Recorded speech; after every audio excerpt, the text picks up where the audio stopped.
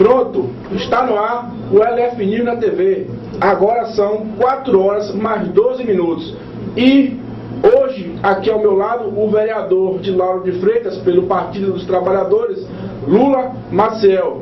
Vamos bater um papo aqui dinâmico, interativo, onde você, internauta, pode participar através do telefone 9670-6104, está aí na tela. É só ligar e fazer sua pergunta. Então, a partir de agora, seja bem-vindo ao LF News na TV. Bem, aqui ao meu lado, o vereador Lula Maciel. Lula, boa tarde, seja bem-vindo ao nosso programa mais uma vez, querido. Primeiro, boa tarde também. A gente quer aqui agradecer esse espaço, que sem dúvida alguma é de grande importância, né, para a nossa sociedade como um todo, em especial as pessoas que acompanham a política aqui na nossa cidade. A gente quer aqui agradecer a você e a todos que certamente estarão nos assistindo a partir de agora.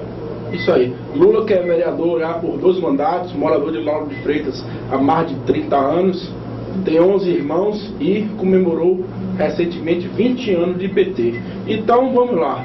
Quem é Lula Maciel?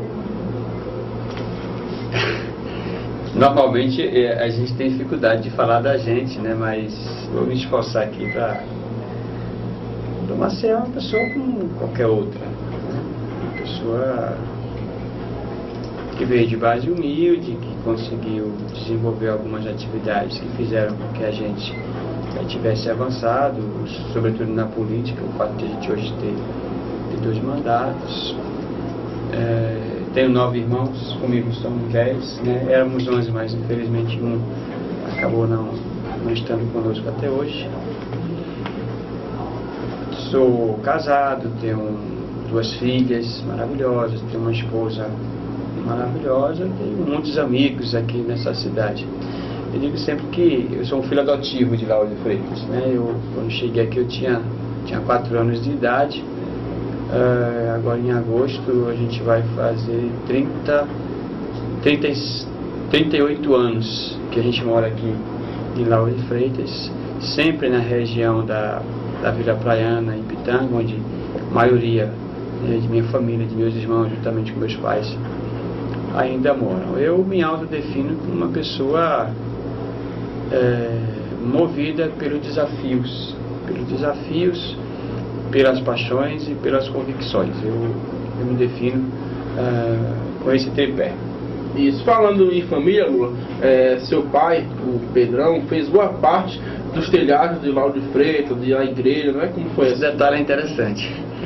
Meu pai, ele foi e ainda é, muito embora aposentado, mas de vez em quando ainda dá uma canjazinha, né, em alguns lugares quando precisa. Meu pai é carpinteiro, veio da construção civil e ele passou boa parte dos telhados dessa região de Vila do Atlântico. Meu pai fez, né, juntamente com meu irmão. Pude trabalhar com ele também algumas vezes na condição de ajudante também. O centro comunitário Lauro de Freitas, toda a parte de carpintaria foi meu pai que fez. A Cesta do Povo, né, no mercado popular ali no centro também passou.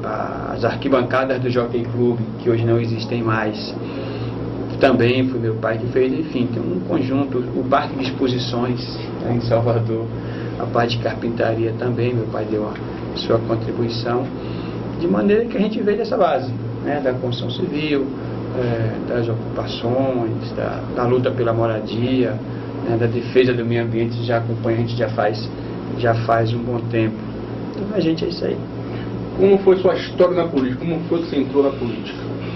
A política propriamente dita, do ponto de vista partidário, né? Porque existe a política que veio um pouco antes, que foi o movimento estudantil, lá em 84, mais ou menos 85, por aí. Eu estava com 13, 14 anos, onde a gente começou a militar no movimento estudantil. Fiz parte muito pouco tempo ainda da juventude do PMDB, já em 85, 86, na campanha de Valdir Pires, a gente já estava lá naquela época.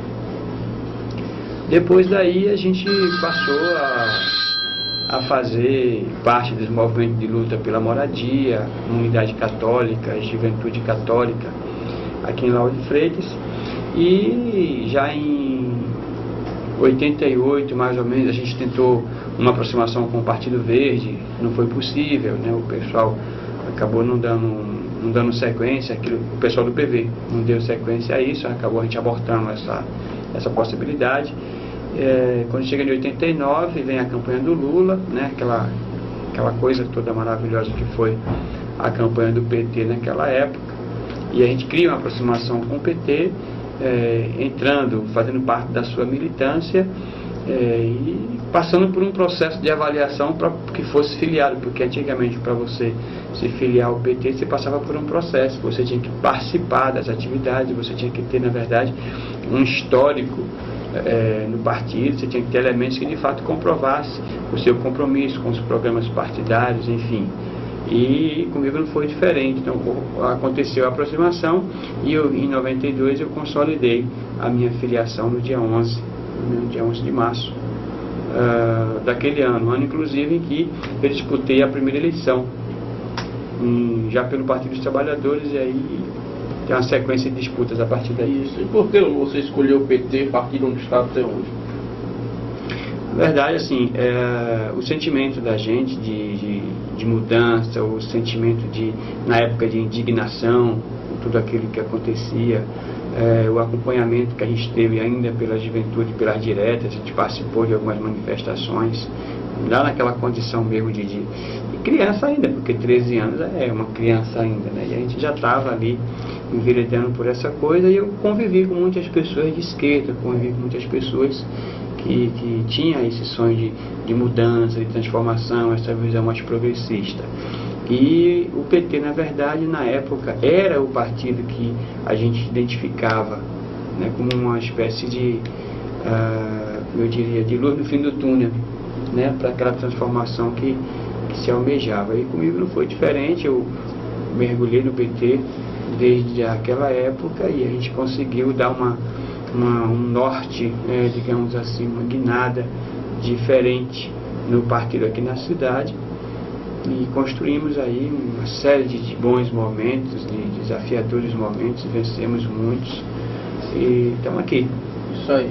Ô Lula, como é a sua popularidade na cidade? É querida pela população?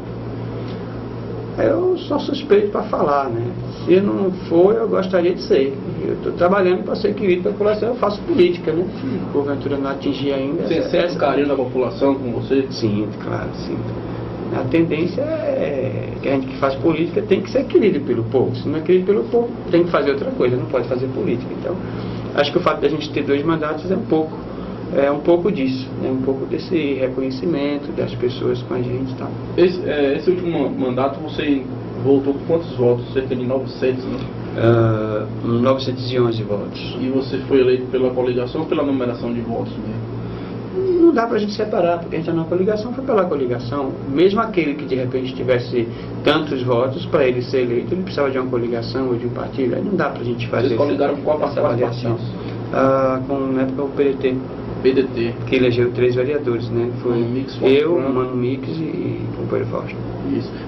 Vereador por 2 legislaturas, Lula Maciel, do PT, que sairá novamente pré-candidato à vereança. Ô Lula, como você avalia o seu mandato ao longo desses 7 anos? Como eu avalio o mandato ao longo desses 7 anos, projetos, indicações, tudo aí. Eu gosto muito de ser avaliado, né? Eu me autoavaliar, porque a gente mesmo faz na avaliação da coisa da gente e tal. Eu tenho essa dificuldade, mas a gente vai fazer aqui. Quando eu venci a eleição de 2005, e a gente, logicamente, cheio de sonhos, cheio de vontade, querendo transformar tudo, né? Que é bem da minha natureza também. E em 2005 a gente acaba inovando, né? Ou seja, o gabinete passa a funcionar, a gente passa a atender pessoas, né? A gente passa a ter um mandato popular na cidade, que de fato absorve a demanda da sociedade, os movimentos sociais, os movimentos populares. Isso para mim foi de uma grandeza muito importante, até para o meu amadurecimento também, porque a gente estava acostumado o tempo todo a ser oposição e a gente acaba na verdade sendo eleito e a gente deixa a condição de oposição para ser situação, porque o PT também elegeu a prefeita, enfim. Então para nós e para mim em especial foi um desafio muito grande. Acho que o mandato da gente ele traz ele traz uma condição diferenciada pelo histórico que eu tenho com relação aos movimentos sociais, com relação a um processo de construção democrática, a um partido inovador, a um partido pioneiro, e a gente consegue implantar, a partir do nosso mandato, muitos debates que eram então tabus, né? A gente trabalhou aqui a questão de povo negro, a questão racial a gente trabalhou a questão LGBT, que é a comunidade de homossexuais, a gente trabalhou o povo de santo, a gente trabalhou inovações com as proposições de criar conselhos para que a gente tivesse instrumentos democráticos, como o Conselho de Educação. Foi uma batalha muito árdua para a gente criar, e foi uma proposta do nosso mandato. O Sistema de Educação foi proposta do nosso mandato, o Conselho de Cultura, o Fundo de Cultura foi do nosso mandato, o Conselho da Igualdade Racial foi do nosso mandato, o Conselho de Turismo foi nosso mandato. Enfim, tem todo um conjunto de elementos que a gente teve a gente pôde propor, que a gente pôde aprovar, para que a gente pudesse de fato ter a participação da sociedade. E a perspectiva de construir um mandato popular, como a gente tem feito a partir de 2005, acabou fazendo com que outros também tivessem um pouco esse sentimento. E hoje a gente já conta com muitos outros mandatos, que não apenas o nosso, que tem um viés popular, que consegue fazer esse debate, que consegue, a partir da identificação da demanda da sociedade, transformar tudo isso em projetos, em perspectivas melhores.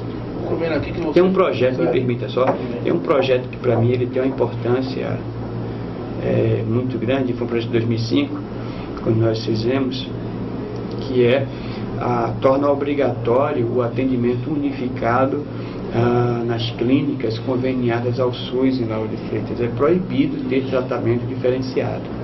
É proibido as pessoas serem tratadas como cidadão de segunda, terceira ou quinta classes apenas porque são atendidas pelo SUS. Tem que ser atendido no mesmo lugar, na mesma recepção, com o mesmo cafezinho, né? Como qualquer outro que tenha um plano de saúde ou que pague efetivamente o serviço ali em cash. Mas é uma fiscalização com isso? Olha, o nosso maior problema hoje é exatamente esse. Nós temos hoje a questão dos bancos, né, que é outro projeto nosso, né, a obrigatoriedade de os bancos terem sanitários, bebedouros, guarda-volume, sanitário, bebedouro, guarda-volume e mais assento para as pessoas com deficiências, idosos e gestantes. Não adianta você estar numa fila para idoso, uma fila para gestante, se essa fila está grande. As pessoas vão ter o mesmo desconforto que teria em qualquer outro lugar. Então a gente trabalhou e algumas agências até avançaram, né, acabaram instalando assentos para todo mundo. Tem agência que avançou nisso aí. E a fiscalização, né, infelizmente, não funciona a contento.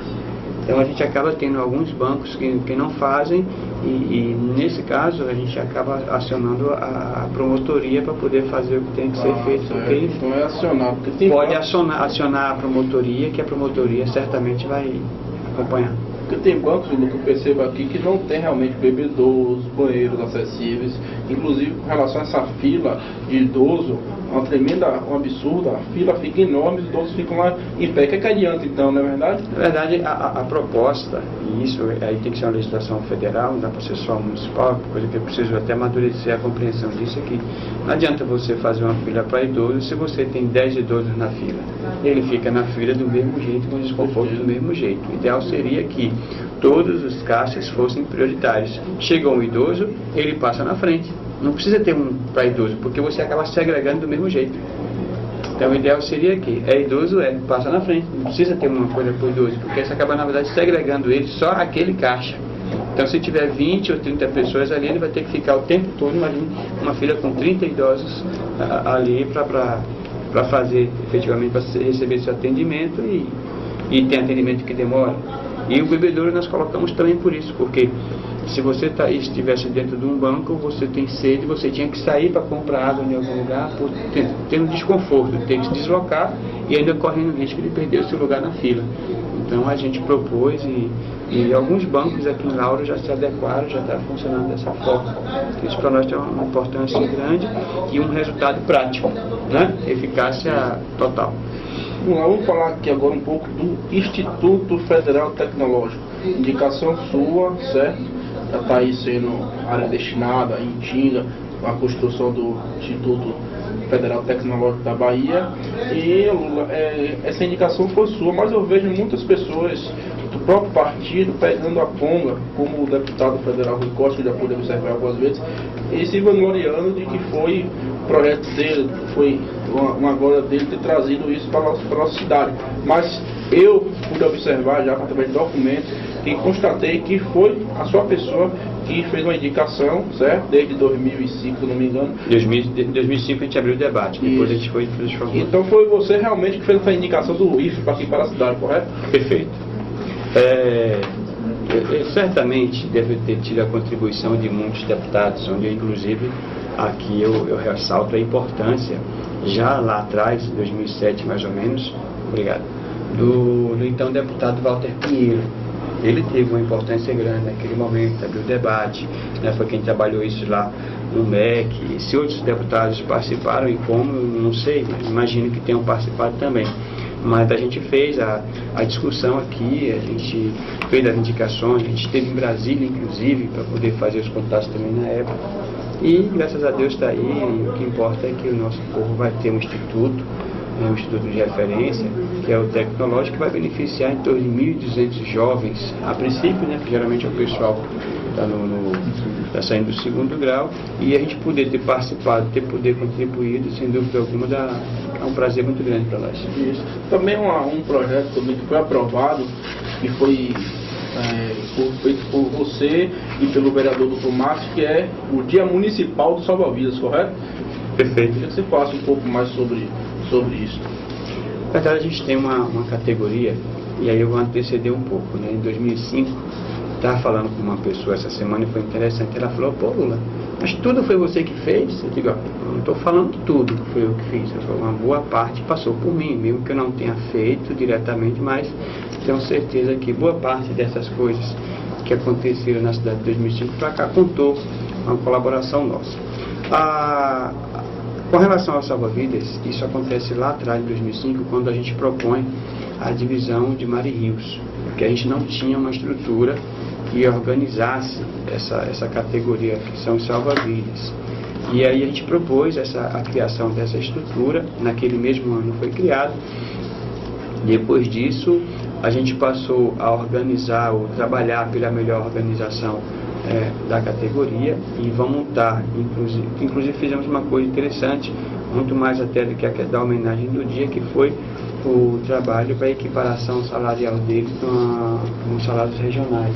Então, é uma trabalhada muito boa com essa categoria, e vamos estar trabalhando na perspectiva de melhorar as suas condições de trabalho, porque a questão não é apenas salarial, a questão é condição de trabalho que respeite a periculosidade, as suas especificidades que a função efetivamente requer.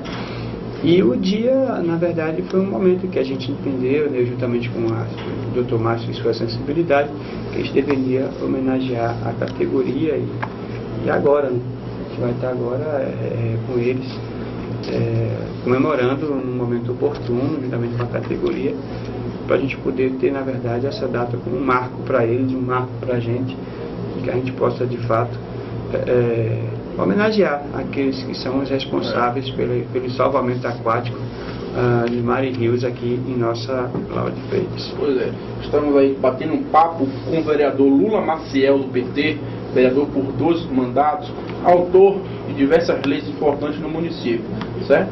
Lula, voltando aqui agora para falar de política, sucessão municipal. Você esperava ser o indicado, inclusive disponibilizou o seu nome para ser o indicado a concorrer à prefeitura de Lauro de Freitas nesse ano. Ano passado você esteve aqui num programa nosso, certo? E aí a gente comentou sobre isso, e você realmente disponibilizou o seu nome. Então eu pergunto assim: você esperava ser um indicado da prefeita, correto? Para ser o candidato da prefeitura, onde você viveu aquela expectativa na realidade. Hoje, o candidato dela é João Oliveira, certo? João Oliveira, que não tem nenhuma história no Partido dos Trabalhadores, veio do PSDB, é vice-prefeito por 2 mandatos na gestão Moema Gramacho, e eu gostaria de saber como você se sentiu, João Oliveira vindo para o PT e sendo o pré-candidato da prefeita Moema Gramacho. Primeiro que o processo de entrada, né, do vice-prefeito João Oliveira ao PT foi um processo construído dentro do PT, ou seja, a prefeita convenceu os agrupamentos, convenceu o meu agrupamento, os outros agrupamentos, para que não houvesse resistência e tal. E também não poderia haver resistência. A gente está falando do vice-prefeito, a gente está falando de uma pessoa que está no projeto já faz um bom tempo. Ou seja, são 2 vezes vice. Então, assim, serve para ser vice e não serve para ser companheiro do partido. Então, não tinha, na verdade, nenhum elemento que a gente pudesse, digamos assim, desabonar, né, o vice ou criar qualquer empecilho e tal. Então, João é uma pessoa que sempre gozou do respeito do Partido dos Trabalhadores, de minha pessoa, inclusive. Lembro-me que João, em 2002, mesmo já no PSDB, ele acabou apoiando também o PT. Em 2002, independente da relação do que aconteceu em 2004, então em 2002 João já tinha uma aproximação com a gente. Lembro-me, inclusive, que tinha esse lance de preencher alguns santinhos com João Almeida, que era o irmão de Vânia, né? Assim, o deputado federal era João Almeida, mas o outro a gente podia colocar um do PT e tal. Essa aproximação, ela antecede bastante 2004. Em 2004, quando acontece a aproximação, quando o João entra para ser o vice, já foi fruto de uma relação que já efetivamente já vinha sido construída já há algum tempo. Ser ou não ser o candidato a prefeito não é isso que movimenta a minha vida, não é isso que baliza as minhas ações políticas, a minha atuação política. Aprendi que essa coisa do poder, essa coisa da indicação, essa coisa do espaço, tudo isso é consequência de um processo. Eu, para ser vereador, eu disputei 4 vezes, eu fui eleito na 4ª. Então eu passei por um processo de acumulação, né, de experiência e tal. Então essa questão de ser prefeito ou não, ou ser candidato ou não, isso é o processo que vai dizer. Né? Agora, que a gente está sempre à disposição do PT, estou sempre à disposição do PT, tenho certeza que num dado momento serei candidato a prefeito pelo meu partido, num dado momento serei eleito prefeito pelo meu partido, farei o melhor pela nossa cidade. Agora, entendo também que o tempo não é adversário para mim. Durante toda a minha vida, o tempo sempre foi aliado. E é dentro dessa perspectiva que a gente vai continuar a luta, certamente disputando agora uma segunda reeleição, e espero que a gente consiga avançar, e no momento oportuno que o partido entender, que a sociedade entender, e a gente for chamado à responsabilidade, a gente vai estar aí para poder fazer da melhor forma, com muita tranquilidade. Mas assim, o ideal não seria ela ter escolhido um candidato do próprio partido? Como foi a reação dos petistas, do diretório municipal? Ideal, cada um tem o seu, né? O ideal para mim seria que eu fosse o candidato e que eu fosse o prefeito. A Moema tem o ideal dela, o João tem o dela, os outros, cada um tem o seu. Então, eu não discuto muito o ideal alheio, né? Então, assim, acho que ela deve ter as suas razões. João tinha uma relação muito próxima com ela esse período todo e tal, isso é perfeitamente natural. E foi parceiro o tempo todo ali no governo e tal. Imagino que ela tenha as suas razões ou seus motivos para poder defender o nome de João. E a gente vai marchar agora com o João para ser o próximo prefeito e dar continuidade ao projeto do Celino. O projeto do Partido dos Trabalhadores. Pelos bastidores, como sempre, interrompendo nossa entrevista. Aí, parabéns, JP. Vereador eleito pelo PSC aí, JP. Detalhe de Bob. Pois é. E tem muita gente participando aqui, tem várias perguntas dos nossos amigos internautas que a gente vai perguntar com certeza. Mandar um abraço aí para meu parceiro André Carvalho, que nos assiste lá de Brasília, mas volta aqui no estado, certo? Parceiro, aquele abraço para a Alice, a problemática aí da Alice, aquele abraço, Alice, para você, um beijão. Nosso amigo Eric Oliveira, o Everton Bianco, não perde o nosso programa, certo? O amigo Pedro Melo, que está aqui nos assistindo. Pedrão, aquele abraço, manda um abraço para o Lula também, o Pedro Melo, aí da SMTT, do PSC, viu? PSC, partido este que lá em Irecê saiu da base da gestão, perdeu 2 secretarias e agora vai com Luizinho Sobral para disputar a prefeitura.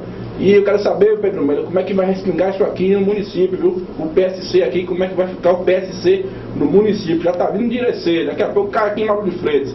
Pedrinho, aquele abraço. Vamos fazer uma pergunta aqui, um abraço também para Fabiano Blues, certo? Parabenizando aqui o programa. Quero mandar um abraço para o vereador Lula também. E vai fazer pergunta. Pode fazer aí, Fabiano, a sua pergunta, a gente vai aqui no ar falar. Agora tem uma pergunta aqui. Nosso amigo Caveira Jeremias Silva aí, parceirão aí, Jeremias.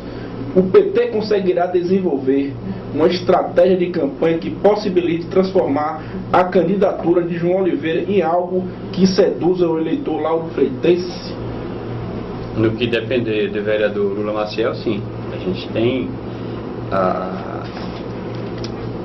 gente tem o entendimento de que uma vez deflagrada a campanha, montada as estratégias, lógico que o PT vai ter que transformar essa campanha de João, transformou todas as outras numa campanha que de fato desperte a paixão que o PT sempre despertou na sociedade e que a gente possa conduzir e garantir a permanência do PT na liderança política e administrativa aqui na nossa cidade. Isso, mais uma pergunta aqui. Nosso amigo Punk, Sargento Cabral aí, nos assistindo em Itinga. Como Lula vê a questão do vice-prefeito da majoritária do PT ser mais badalada que a campanha de João Oliveira? Desculpe, eu não entendi. Como você vê a questão do vice-prefeito, no caso o João Oliveira, que a campanha ser mais badalada do que a campanha de João Oliveira para escolher o vice? Ah, entendi. Na verdade, assim, há um sentimento da cidade com relação a uma chapa, né? Na verdade, eu estou achando, inclusive, que diferente de outras eleições, essa questão e aí eu concordo com o nome Punk. Eu concordo com o Punk. Eu acho que essa coisa do vice está tendo mais importância até do que a discussão de quem encabeçaria a chapa. Eu acho que isso me dá inclusive um certo conforto, porque quando a gente estava no processo de disputa interna, eu imaginava que o problema era eu que estava criando dificuldade, porque a gente estava disputando também e tal, mas aí eu já sei que o problema não foi o meu nome, né? A discussão acho que é muito maior. Nós temos aí 20 partidos participando desse processo de disputa, todos os partidos, muitos partidos desses colocaram nomes aí à disposição, pleiteiam também a vaga. Acho que esse debate ainda vai se estender por mais alguns tempos aí, alguns dias, para a gente poder definir a melhor chapa, para poder de fato ter uma chapa competitiva, vitoriosa, que traga essa paixão que foi dito aí um pouco antes por Jeremias Silva. Pronto. Mais perguntas aqui, muitos internautas participando, que a audiência aí está estourada, como sempre, nosso programa quarta-feira sempre está uma boa audiência, porque trazemos pessoas aqui coerentes, certo? Que falar de política. Dessa vez aqui ao meu lado o vereador Lula Maciel, do PT, vereador por 2 mandatos, que concorre à reeleição, Partido dos Trabalhadores. Projeto contra o nepotismo direto ou cruzado. O vereador acredita que realmente não existam situações como essa na administração pública de Lauro de Freitas? Não vou dizer que existe nada de Lauro de Freitas. Eu acho que no Brasil, por mais que você trabalhe para inibir, você acaba, na verdade, havendo uma série de brechas. Então é possível que aconteça em Lauro de Freitas, é possível que aconteça na Bahia, é possível que aconteça no Brasil, porque, muito embora seja uma questão imoral, mas não é ilegal. Ou seja, a lei ela não proíbe, não tem como proibir isso. Então você acaba, na verdade, tendo essas brechas e essas possibilidades. Daqui a pouco a gente vai fazer mais perguntas aqui dos internautas, muitas perguntas aí, certo? Vamos voltar aqui para nosso foco aqui na entrevista também agora, nossas perguntas. Lula, o pré-candidato que já foi vereador, um grande abraço aí para vocês, César, ele foi barrado no PT e teve que ir para o PSD. Como foi isso? Na verdade não houve a questão de barrar fulano, beltrano ou cicrano, não é isso. O PT ele tem mecanismos democráticos na sua forma de se organizar. E no momento em que houve esse processo de tentativa de filiação de determinada pessoa, que não foi apenas esse que você acabou de citar, o partido analisa e é autônomo para isso. Então não cabe muita ingerência, não cabe muita interferência. O partido ele tem autonomia de permitir que as pessoas, inclusive, permaneçam nos seus quadros. Então, assim, o PT já tirou um bocado de gente, inclusive, a nível nacional. A Luísa Helena, ela foi do PT. E o PT entendeu que não era mais interessante que ela fosse. Era uma senadora da República. Então, essa coisa de uma pessoa, de repente, querer e não conseguir se filiar ao partido, isso é uma coisa perfeitamente natural. E eu gostaria que todos os partidos tivessem, inclusive, esses mecanismos que eu acho que ajudaria a nossa democracia. Obrigado aí, respondida a pergunta aí. Se ainda quiser aparecer também aqui no nosso programa, atenção Fabiano aí, passa informação para César aí. Se quiser aparecer aqui para bater um papo, entrevista, é só nos contactar, certo? Inclusive o PSD que está forte, tem Mirella, pré-candidata aí, certo? Dona da Clivale, ali em Tinga, que também é dona do Atacadão Atacarejo. Vem com milhões aí para tentar se eleger Mirella. E tem o Gilmar Oliveira, e a Areia Branca aí, não sei se vai dar esses votos para você não, viu, Gilmar? Vamos correr atrás, vamos invadir outros horizontes, Lula aqui dá risada, né? Mas é verdade, a gente corre essa cidade e vê, certo? Lula dá risada, rapaz. Depois a gente vai chegar lá na Câmara e perguntar sobre os vereadores, o que ele acha, viu? Vamos lá. Eu soube, Lu, que Jonas Paulo aí, presidente estadual do PT, inclusive torcedor do Bahia aí, sempre está no estádio acompanhando o Bahia, disse que caso João não emplaque nas pesquisas, você poderia ser o candidato a prefeito. Verdade ou mentira? Existe isso? Não, nunca houve essa conversa, não, até porque a gente vai trabalhar para poder ser o João o nosso prefeito. Não tem nada que vá de encontro a isso. Essa formação sua é nova, mas estou à disposição do PT. Estou à disposição de Jonas, de todo mundo, de Moema e tal, para mim. Vivo de desafios, agora não tem nada construído nessa perspectiva. Essas informações surgem, né? Está nada melhor do que perguntar a você, né? Não, mas a mim, se alguém tem essa ideia, se alguém a conversou, não foi comigo. Uma pessoa, se João não emplaque, você é o candidato, está prefeito, hein? Não pensei. Não pensei. Não pensei. Então, eu prefiro não pensar.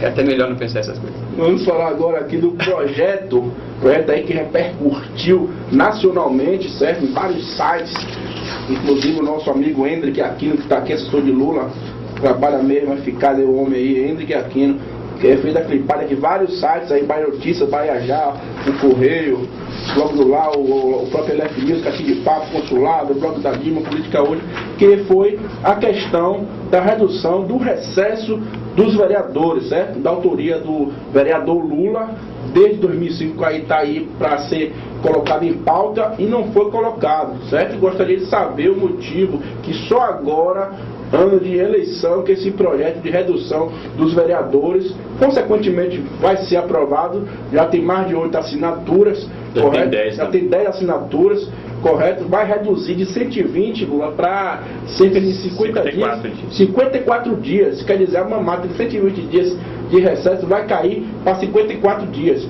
Então, eu gostaria que Lula falasse um pouco sobre esse projeto da emenda da lei orgânica do município, que é o recesso, a diminuição do recesso dos vereadores. Quando a gente... Primeiro que isso é uma bandeira minha antiga, desde quando eu militava, quando eu ainda participava das disputas e a gente não tinha conseguido ainda lograr o êxito de ter uma cadeira daquela na Câmara. A gente sempre entendeu que o parlamento ele precisa funcionar para a sociedade. Aquela casa é um espaço do povo, é a caixa de ressonância da sociedade, é ali que efetivamente a demanda social acaba chegando, seja ela da demanda diretamente da sociedade, da demanda do mandato, da demanda do próprio Poder Executivo. Então acaba, na verdade, a Câmara sendo o ponto de referência, é o destino, né, de tudo aquilo que emana da sociedade. Então não fazia sentido a gente ter, mesmo entendendo que todos os gabinetes funcionam, mesmo entendendo que os vereadores trabalham, porque há inclusive uma incompreensão da coisa, né? Porque assim, o recesso, na verdade, ele ele não permite que haja as sessões plenárias, ou seja, o plenário deixa de funcionar, mas os vereadores continuam à disposição da cidade. Agora, do ponto de vista do funcionamento do plenário, é que ele deixa de funcionar. Os gabinetes, inclusive, funcionam nesse período, ou seja, os gabinetes não fecham. Né? Então, ali você não tem a sessão plenária, mas os gabinetes funcionam. Também por conta disso, foi que a gente resolveu também colocar esse projeto já lá em 2005, porque há uma compreensão também meio que distorcida da sociedade. É como se os vereadores não trabalhassem nesse período, o que não corresponde à realidade. Não, isso é verdade. Né? O que não corresponde à realidade. Então você tem ali a suspensão das sessões plenárias. Você não tem mais... A gente observa muitos vereadores trabalhando. Exatamente. Então, assim, é uma incompreensão e até uma injustiça, porque as pessoas acabam imaginando de que esses 4 meses, 120 dias, que seria um terço, né? Um terço do ano, na verdade, seria destinado a descanso, a repouso. Isso não corresponde à realidade. As pessoas têm as suas atividades que não necessariamente no gabinete, mas em comunidades, X, Y, Z, aqueles que têm relação com segmentos, né, acabam, na verdade, tendo uma demanda também de trabalho, mesmo nesse período de recesso. Então, por conta disso também, a gente resolveu propor, lá em 2005, infelizmente a gente não teve êxito, eu só contei com o apoio na época da vereadora Mônica, que era minha companheira do PT, né, minha líder inclusive da bancada, e a gente acabou até deixando lá, né. Quando a gente vence a eleição em 2008, a reeleição, a gente retoma a discussão em 2009. Em 2009 a gente pega esse projeto que não podia nem tramitar, porque para tramitar ele teria que ter 4 assinaturas. Sem 4 assinaturas não tramita, não pode nem ser lido. Se não pode ser lido, e o projeto só ganha o número depois que ele é lido. Enquanto ele não é lido, nem número ele tem, ou seja, ele não existe. É só uma ideia, é só uma proposta. E a gente conseguiu já em 2009 ter minha assinatura ainda, e ficou lá esse período todo também. Quando foi agora no retorno do recesso, o vereador Carluxo foi muito feliz, porque ele abriu o debate, né? Agora nesse início sobre a questão do recesso, a gente aí aproveitou aquele momento do debate, né, proposto ali pelo vereador Carluxo. A gente resolveu resgatar o projeto que a gente já tinha colocado lá em 2009 e naquele afã, naquela quintura das discussões, a gente conseguiu as assinaturas necessárias para a tramitação, que foram 4, que foram primeiro o doutor Márcio, o vereador Fausto, o vereador Carluxo, o vereador Zé Augusto. Com a minha assinatura, nós já passamos inclusive do número mínimo, ou seja, precisávamos de 4, já tínhamos 5. E aí temos a entrada no projeto, que já foi lido. A partir do momento que ele foi lido, a gente aí já conseguiu outras assinaturas. Nós já contamos com 10 assinaturas, mas a ideia é que a gente chegue a 12, que a gente possa ter um projeto dessa magnitude.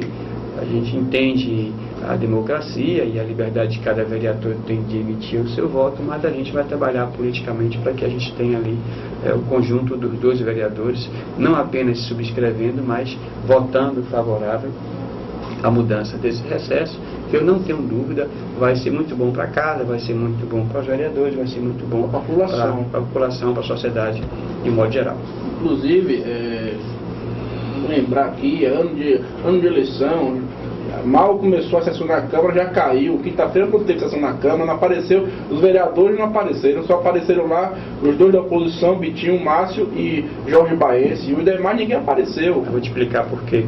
Vou te explicar no nosso caso, porque... E o povo cobra isso, o povo fica indignado, não vai falar assistir a sessão. Eu acho que nós deveríamos ter um painel, eu acho que nós deveríamos ter uma relação, inclusive, que a sociedade tivesse acesso de presença, né? Você tem na Assembleia você tem ali a relação de presença de todos os deputados. Eu acho que isso era importante, né? Mas na quinta-feira especificamente foi o Dia da Mulher, então se tinha um conjunto de comemorações, e na Câmara nós tivemos uma sessão especial que começou por volta das 10 horas. Eu saí de lá, por exemplo, 1h30 da tarde. Eu conduzi inclusive os trabalhos, então 1h30 eu saí, aí não tive como retornar para a sessão que começaria 2 horas. Mas justifiquei, né? Mas justifiquei. Então naquele momento foi um caso específico. Mas vamos evitar, viu? E falando ainda desse projeto, Lula, porque só agora que foi tirou nada a ver esse projeto, desde 2005, só agora. Por quê? Não, mas a gente tirou agora exatamente, assim, na verdade, não estava no script de tirar agora, porque eu não imaginava que nós teríamos sucesso. O que fez com que a gente tirasse da gaveta foi exatamente como eu falei agora há pouco, né? Foi a provocação feita pelo discurso do vereador Manuel Carlos. Então, quando ele faz aquele discurso, e inclusive ele também tinha levado uma proposta daquele tipo, aí a gente falou, não, a gente já tem um projeto aí que está faltando apenas o número de assinaturas, tanto que ele acabou assumindo a coautoria do projeto comigo. Então o projeto acaba sendo de iniciativa tanto minha quanto do vereador Manuel Carlos. E, inclusive, os amigos informam aqui que esse projeto do Lula aí fez burburinho até na Câmara Municipal de Salvador, o projeto do vereador Lula Maciel. Aí, parabéns aí, viu, vereador? Obrigado. Vamos voltar aqui para as perguntas aqui. Como vereador petista e com atuação de longas datas dentro do PT, enxerga a saída dos ministros baianos do Ministério da Presidenta Dilma? Seria desprestígio baiano, bairrismo, gaúcho, ou o vereador aceita pelo bem da governalidade? Acho que a presidenta Dilma, ela certamente deve ter suas motivações, né, que eu posso também chamar de razões, se for o caso. Mas acho que a Bahia perde. Eu acho que a Bahia perde porque, historicamente, a Bahia sempre esteve muito bem representada no cenário nacional. A gente sempre teve nome de peso participando das grandes decisões, e a gente acaba, nesse governo Dilma, vendo que as coisas não favorecem muito a Bahia. Eu acho que a Bahia está prejudicada no processo. Espero que a gente consiga reverter isso, porque acho que desprestigia, né, o povo baiano, acho que desprestigia o PT baiano, né, mas eu espero que ela tenha muitos bons motivos, e certamente os tem, para fazer essa mudança, mas que a Bahia precisa ser recompensada. A Bahia, tem que haver uma correção disso aí, porque a Bahia, inclusive, o estado que majoritariamente votou na presidenta Dilma, que proporcionalmente foi o estado que lhe deu a maior votação proporcional do país, né? Eu espero que esses ajustes que ela está fazendo também possa, num dado momento, contemplar a Bahia com pastas, e com pastas que de fato sejam pastas de peso, que eleve um pouco o nosso autoestima. Eu acho que para nós da Bahia ficou meio complicado, mas eu acredito que isso é da política, que no momento certo as coisas irão se acertar e a gente vai retomar esses espaços. Mandar um abraço para o nosso amigo Apio, que está nos assistindo. Inclusive, ele está mandando aumentar o volume aí, Rodrigo. Você que está na técnica aí, aumenta esse volume do microfone aí, que nosso amigo Apio não está conseguindo ouvir. Então, também você, Apio, aumenta o volume aí da sua caixa de som, viu? Eu estou retado com você. Você é torcedor do Bahia, nunca mais foi para jogos do Bahia, apareceu lá domingo em Bituaçu, não sei para que diabo você foi lá, e o Bahia quase perde. Ou você deixa de ir, ou volta aí todos os dias. Mas a desculpa é a faculdade. Mas vamos pra frente. Domingo você vai pro Barradão? Vamos ver, viu, se o Bahia ganha aí. Briga de tricolor não entro não, viu? Um forte abraço pra você. Mandar um abraço pro pessoal, a galera do Sindicesps, Sindicato dos Servidores Municipais de Salvador, com o Geiel, Bruno, Alemão e Everaldo nos assistindo, certo? E vamos aqui voltar para fazer perguntas aqui dos internautas, muita gente participando, a gente com certeza vai ler, certo? Uma pergunta aqui agora do Fabiano Blues, do Portal de Pitanga. O vereador caminha para a reeleição. Como vai ser esta eleição disputado com o seu irmão Lírio? Como é que vai ser? Esse voto da família vai ser de quem? De Lírio ou seu, Lula?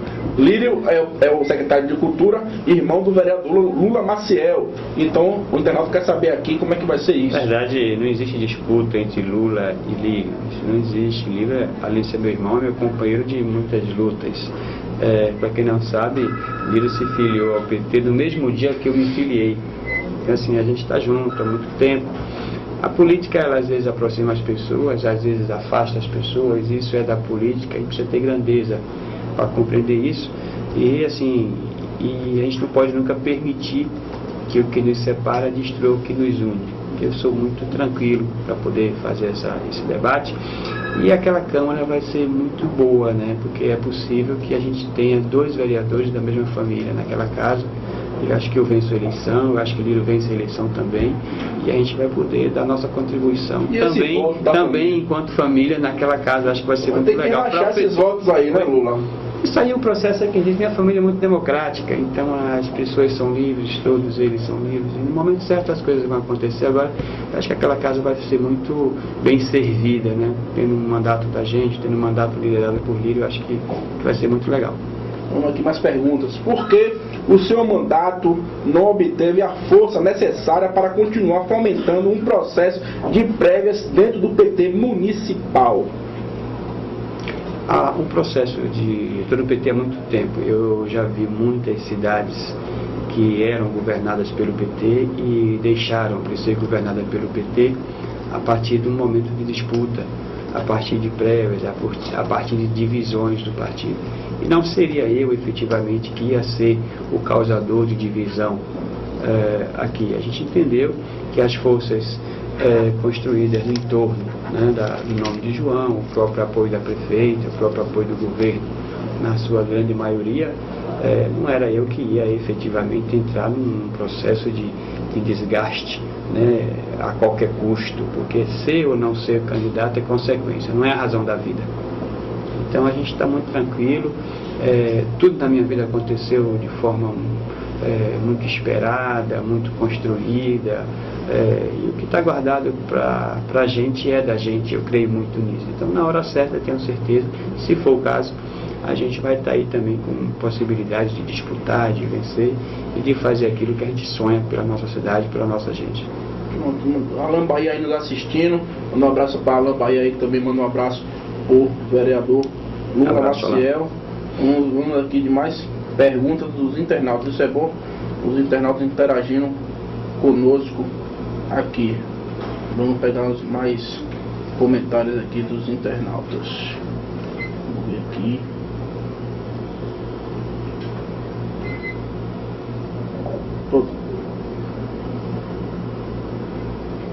Ponto sobre a verticalização, vou perguntar aqui, já estava na pauta aqui. Lula, da outra vez que você esteve aqui no ano passado, você falou que é contra a verticalização irresponsável. Eu ainda citei sobre o empreendimento da Priscila Dutra, que está acontecendo, certo? Essa tal verticalização desenfreada continua na cidade, e aí?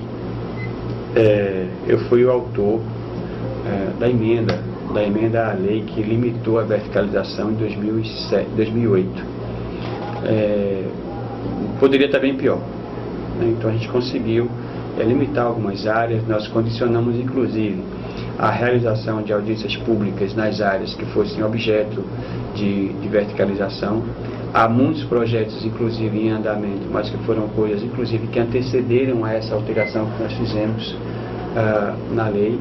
E eu entendo que a gente tem um problema que é grave, né? Nós precisamos nós não temos um planejamento urbano, né? A gente fez um plano diretor que trata de linhas gerais, e eu pude participar e conduzir pela comissão que eu presidia, que era Desenvolvimento Econômico, Urbano e Ambiental. Inclusive foi também proposta minha criar essa comissão para poder conduzir esse processo, mas eu entendo que a gente precisa dar um salto dentro do nosso planejamento urbano, com uma perspectiva de adensamento demográfico anual, que a gente tem aqui, uma chegada muito grande de novos moradores para a nossa cidade. Eu acho que isso urge que a gente pegue esse plano diretor que a gente tem e dê uma trabalhada mais aprofundada, né, dentro das questões urbanas. Aqui em Lauro de Freitas, eu acho que a gente precisa e estaremos fomentando esse debate também na cidade, para que a gente possa, que foi uma discussão que eu fiz quando o pessoal que era do movimento da verificação nos procurou, eu falei, precisa criar um fórum de debate das questões urbanas na cidade, porque o que acontece muito também, e isso é grave, é você não ter na cidade uma movimentação social que fomente essas discussões. Lembro-me naquela ocasião que houve aquela movimentação toda, num período inclusive pré-eleitoral, mas que depois deixou de acontecer. Então a gente também precisa da sociedade para fomentar isso, para criar um fórum permanente que ajuste aqui, que ajuste ali, e isso na cidade, infelizmente, a gente sente falta. Beleza. Como você vê no crescimento imobiliário em nossa cidade? Vários prédios sendo construídos aí. Será que vai ter moradores para esses prédios todos? A gente tem aí uma série de prismas, uma série de ângulos para analisar, né? Você tem aí, Lauro de Freitas é uma cidade muito boa, é uma cidade que atrai as pessoas. Alguém que vem para Lauro de Freitas, que passa por Lauro de Freitas, tem um sentimento diferente e quer voltar, e muitas pessoas querem voltar para morar, e não dá para a gente conter isso. Não dá para conter isso. Você tem uma cidade localizada do ponto de vista geográfico estratégica, né? Muito próxima de Salvador, recebe a pressão que as cidades litorâneas todas recebem, né? Todas as pessoas querem vir para cá, e acaba tendo, como eu diria, um processo de modernização, né? Um processo de avanço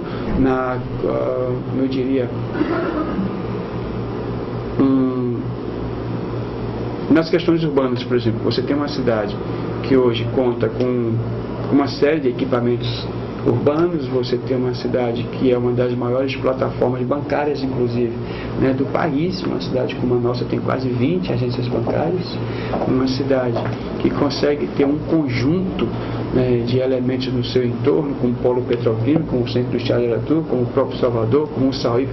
E interessante é que o maior centro do litoral norte é Lauro de Freitas. Então todo mundo, antes de ir para o litoral norte, tem que passar por Lauro de Freitas. Quando está voltando, tem que passar. Então isso acaba sendo um centro comercial também muito grande. Então tudo isso acaba atraindo as pessoas para cá. Eu não sou contra simplesmente a verticalização. A questão não é ser contra ou ser a favor. O que eu acho é que a gente precisa se preparar, se planejar para a demanda demográfica que chega aqui a cada ano. Porque pode chegar um momento que você não tem estrutura, que você não pode ter estrutura de saúde, você pode ter educação, as nossas vias. Então eu acho que a gente precisa fazer um plano diretor dentro dessa perspectiva para todos que vão chegar a partir dos próximos 5 anos, quando você concluir todo aqueles conjuntos do CAGI, né? Então você vai ter um universo ali de mais ou menos mais 20 mil pessoas, e as estruturas que nós temos atendem ou vai atender essas 20 mil pessoas. Qual é a projeção que a gente tem dessa demanda? De forma que a gente vai atender essa demanda. Então, eu acho que essa é uma preocupação que a gente vai ter. Eu vejo muito Lauro de Freitas, do ponto de vista geográfico e também demográfico, numa perspectiva futura muito próximo de Diadema, né? Diadema é uma cidade que tem 39 quilômetros e passa de 500 mil habitantes. Então você imagina. E Diadema consegue funcionar, né? Consegue, que é um dos planos diretores inclusive mais avançados, né, do Brasil, é Diadema. A gente tem acesso a isso. Então, assim, se a gente não chamar a atenção, e é interessante fazer esse debate, porque esse debate não pode ser um debate oficial, não pode ser um debate apenas à luz de governos, tem que ser um debate feito pelas pessoas que vivem na cidade, né? Os governos, eles são circunstanciais, mas as pessoas vivem. Eu devo ficar em Lauro de Freitas até o último segundo da minha vida.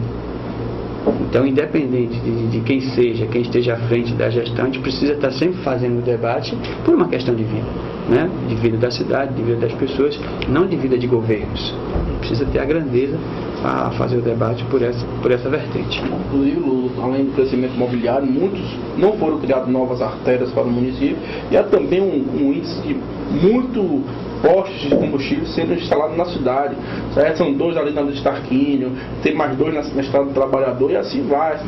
A cidade, no meu ponto de vista, vai virar uma bomba atômica para transformar. Aí, assim, a lei que trata dos postos de combustíveis é uma lei nacional, mas nós tivemos a nível municipal a votação de uma lei também que complementava. Então, assim, do ponto de vista legal, eu inclusive fui verificar alguns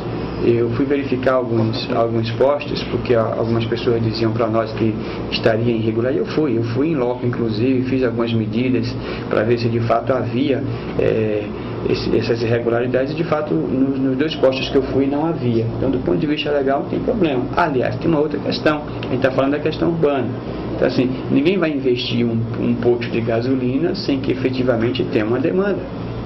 Então, é uma questão também de investimento que está se fazendo, e eu quero, logicamente, ver por esse lado. Então, a cidade cresce, precisa também de posto de gasolina.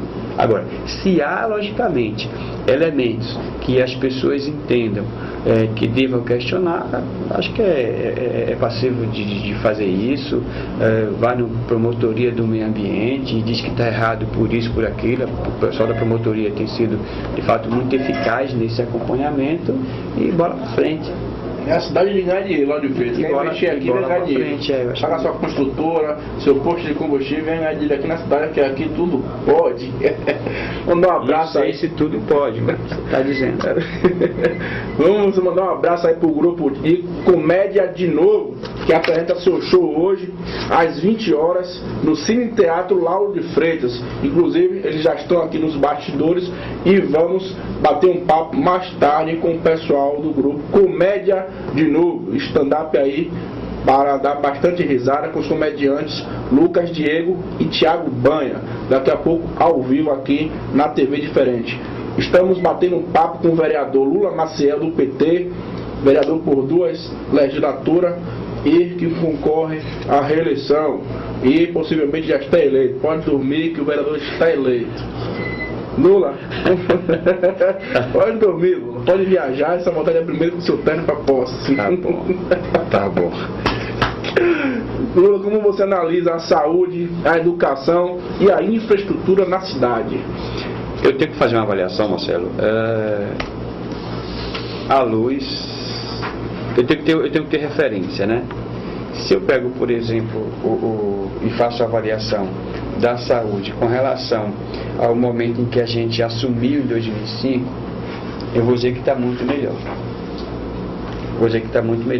Se eu pego a educação, no momento como a gente assumiu, eu vou dizer também que a gente melhorou muito. A criação do sistema, a criação do conselho, e tudo isso foi proposta inclusive do meu mandato, foi a gente que propôs a criação do sistema, a criação do conselho, e colocamos inclusive, isso é importantíssimo para a comunidade inclusive da educação aí, que foi definir a Conferência Municipal de Educação como instância máxima do sistema, ou seja, a conferência que debate a política de educação e que aponta os caminhos da educação, né? E conferência essa que deve ter a participação da sociedade, não é apenas feita com os profissionais da educação, não é uma coisa feita em gabinete, é uma coisa feita pela sociedade. E isso a gente fez. Então, se eu comparar, por exemplo, eu lembro de um caso que para mim é emblemático. Em Quingoma tinha uma escola que só tinha 2 salas e ficava distante, ali os meninos da Caixa d'Água, alguns do Vida Nova dali tinham que estudar lá. E não tinha transporte, os meninos tinham que pegar o ônibus, os meninos tinham que pegar a carona no carro do lixo. Eu cansei de ver os meninos de manhã cedo pegando carona pendurado no carro do lixo para poder ir para a escola. Eu vi isso. Tá? E aí quando a gente assume, a gente faz a reforma da escola de Quingoma e a gente consegue ter transporte escolar, que para mim é uma coisa assim maravilhosa. Você ter seu filho e saber que o ônibus vai levar para a escola e vai deixar depois na porta de casa ou próximo de casa. Então, acho que isso foi um avanço muito grande. Se eu pegar, por exemplo, o que você tinha antes, né? Você tinha antes um esquema de bolsas de universidade, onde os amigos do rei, as pessoas próximas do poder, era que tinham direito às bolsas. Isso na Unime e em outras universidades da região. Então, de repente, a gente entra em 2005, a gente faz o debate, a prefeita compreende efetivamente o que precisava mudar e que precisava dar um jeito de atender essa demanda crescente na cidade, que era a necessidade de ensino superior para a nossa juventude, e a prefeita consegue, em 2007, 2008, trabalhar isso de uma forma muito sábia, que foi transformar dívidas de universidades, né, em bolsas para a nossa juventude. Hoje nós temos algo em torno de 800 pessoas que são bolsistas dentro do programa municipal Universidade para Todos, que é o ProMuni, onde teve uma participação muito grande também do nosso mandato. Então, inclusive quando a lei chega, a gente teve que fazer alguns ajustes, porque na época nós éramos minoria na Câmara. Então a oposição na época criava, na verdade, situações que a gente teve que fazer o enfrentamento político devido para garantir que fosse aprovado e daquela forma como o governo havia entendido, como a prefeita havia entendido que era o ideal, né? Que é o processo de democratização, que as pessoas têm acesso pelo Enem, né, que as pessoas se inscrevem, fazem o Enem e disputam em pé de igualdade, que é um processo de democratização do acesso. Então, nenhum vereador tem bolsa, a prefeita não tem bolsa, ninguém tem bolsa. As bolsas são um sistema que é sustentado por uma lei. É uma lei que diz efetivamente de que forma que a coisa pode ser feita. E essa lei, inclusive, pode ser vista no nosso site, né, lulamaciel.com.br. Deixa eu usar aqui e fazer lulamaciel.com.br, onde a gente pode ter também algumas informações, inclusive sobre o ProMuni.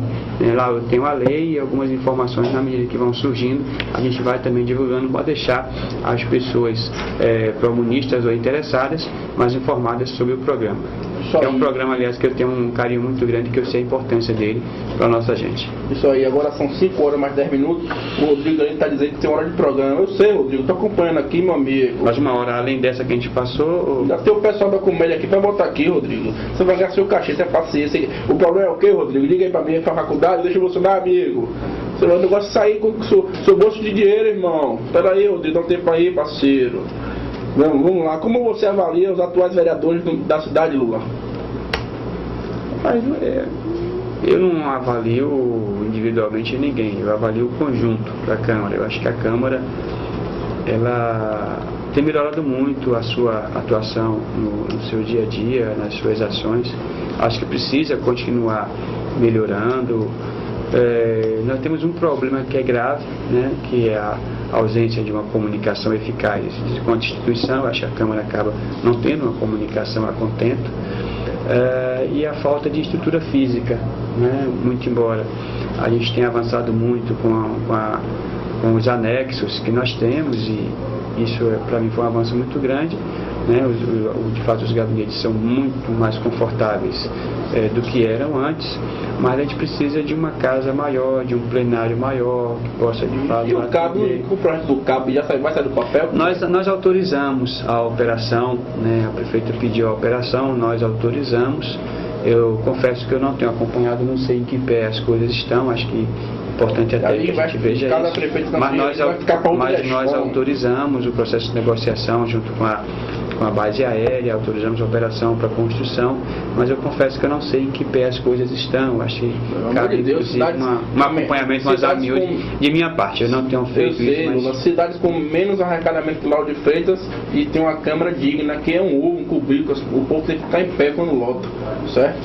E vamos lá. Lula, na segunda-feira eu fiz uma reportagem sobre a precariedade do Conselho Tutelar, certo?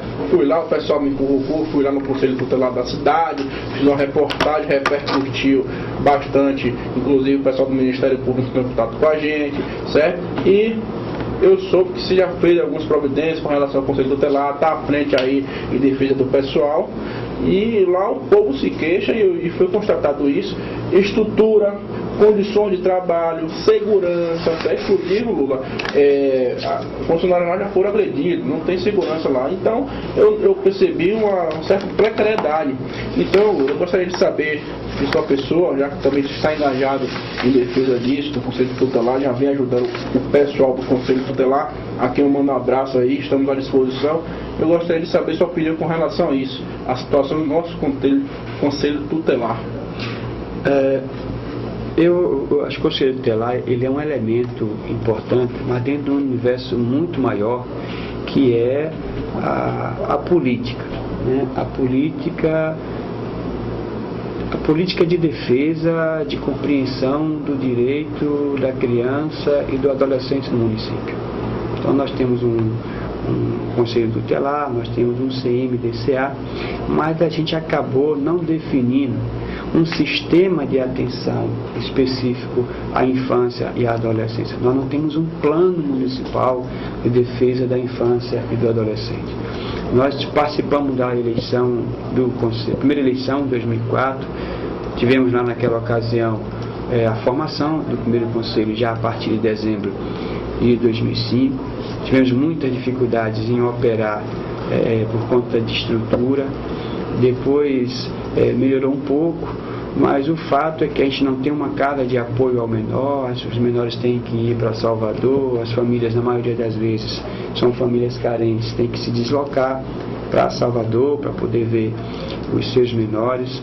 Nós temos casos de menores muitas vezes aqui tendo que ocupar celas nas delegacias. Enfim, eu tenho todo um conjunto de desrespeito ao direito da criança e do adolescente aqui em Lauro de Freitas. Por conta disso, nós propusemos inclusive uma coisa que era interessante: os conselheiros, as conselheiras não tinham direito à licença maternidade. Nós constatamos isso, recebemos visita de algumas, a gente teve que construir alguma possibilidade para isso.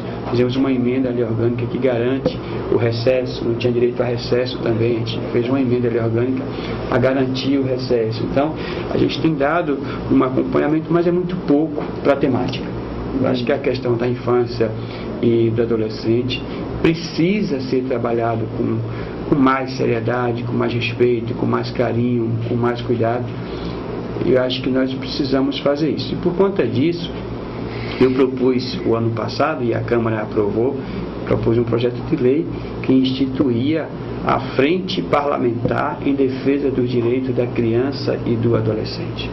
Isso já é uma lei municipal e a gente deve estar, ainda nesse primeiro semestre, fazendo o lançamento dessa frente, e é exatamente essa frente que deve debater, é um fórum oficial, mas que terá a participação da sociedade, para que a gente possa ali definir uma forma, né, de atender minimamente a essa necessidade, que é a defesa e a garantia do direito da criança e do adolescente. Tem um fato, por exemplo, de a gente não ter uma vara da infância em Lauro de Freitas. Nós não temos isso.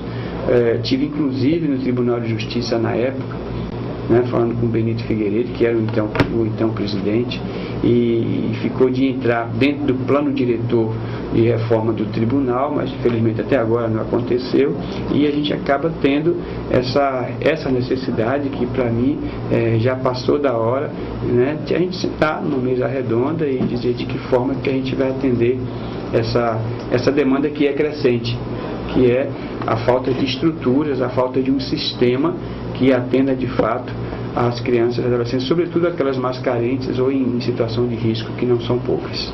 Inclusive, você que tem uma boa relação com a nossa prefeita, mãe, pede para ela agilizar lá, porque tá lá o vídeo, as imagens não nego nada.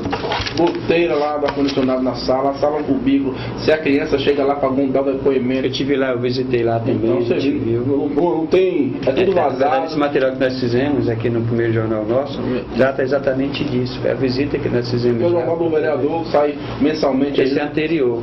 Nós tivemos lá a visita lá, pessoal. Distribuída gratuitamente, então é importante isso, o vereador ter esse jornal para divulgar o seu mandato, muito fundamental isso. Um abraço aí para nosso amigo Franklin Silva, que tomou posse hoje como vice-presidente do Conselho Municipal de Saúde, Franklin. Aquele abraço, certo? E quiser fazer pergunta, pode fazer aí. Manda um abraço também para Aladinho, o locutor aí, estourado de Lauro de Freitas. Aquele abraço, Aladinho, ao AP que eu já mandei, a Fabiano Blusa, a Fernanda, o Franklin, o Marcelo Góes, o Oswaldo Marques, Carlos Vieira, Thiago Pinheiro, Tufi aí do Armazém, que sexta-feira tem Trio da Ruana, sábado tem o Cartilol, e dia 23 tem Silvano Salles no Armazém. Mandar um abraço aí pro vereador Bitinho, empresário do Silvano Salles, que esteve aqui neste instante, certo? Ao doutor Wagner Batista também, que está aí nos assistindo, todos esse pessoal aí que está nos assistindo aí, ao Guga, ao Ala, todo mundo aí. A minha irmã Bárbara aí, aquele beijo aí, nos assistindo em Aracaju. A minha irmã Fernanda aí nos assistindo em casa. Então, é isso, certo? O Franklin aqui manda um abraço para Lula e pelo empenho que você sempre deu para as políticas de direitos humanos aqui no município. Franklin aí mandando aquele abraço. Obrigado, Franklin. Isso aí. Lula, para finalizarmos aqui, gostaria de fazer uma pergunta a você, certo?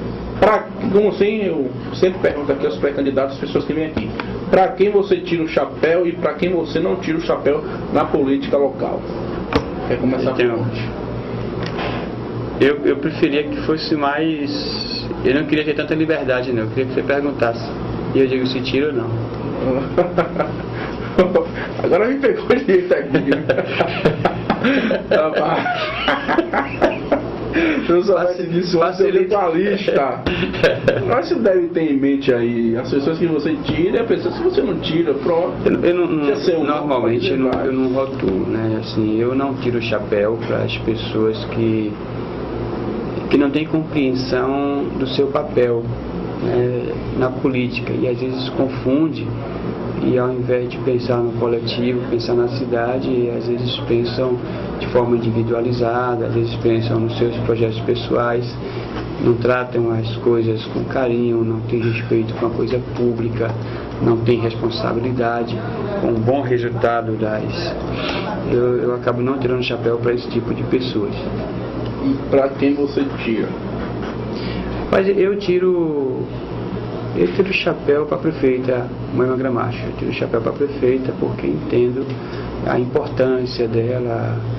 É a primeira prefeita do Partido dos Trabalhadores, a primeira inclusive a ser reeleito na cidade. Ninguém nunca foi reeleito aqui, a prefeita consegue ser reeleita. Eu tiro, acho que nós avançamos muito nesse período todo que a gente passou, com os nossos erros, com os nossos acertos, com as nossas humanas imperfeições. Eu acho que a gente, apesar de tudo isso, a gente acabou avançando para a cidade e a gente pode construir melhores perspectivas para a próxima gestão. Então eu tiro o chapéu.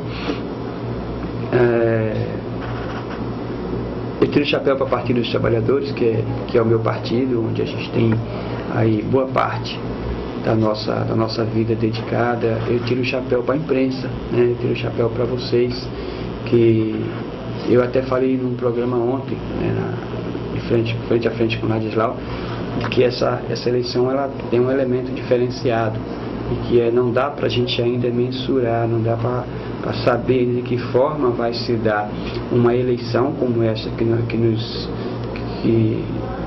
que se avizinha, né?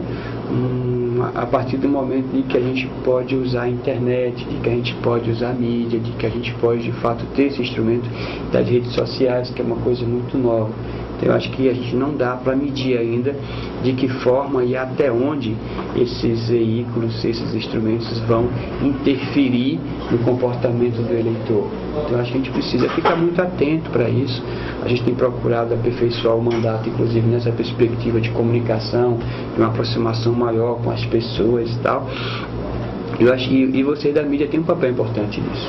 Vocês conseguem formar a opinião, levar a informação, interferir no comportamento da sociedade. Aí, para fechar, eu digo sempre que eu tenho o privilégio, né, se assim posso dizer, de ser vereador, de estar vereador, de ter uma tribuna, de poder falar, de ter espaços para poder externar as minhas ideias e pensamentos e sentimentos.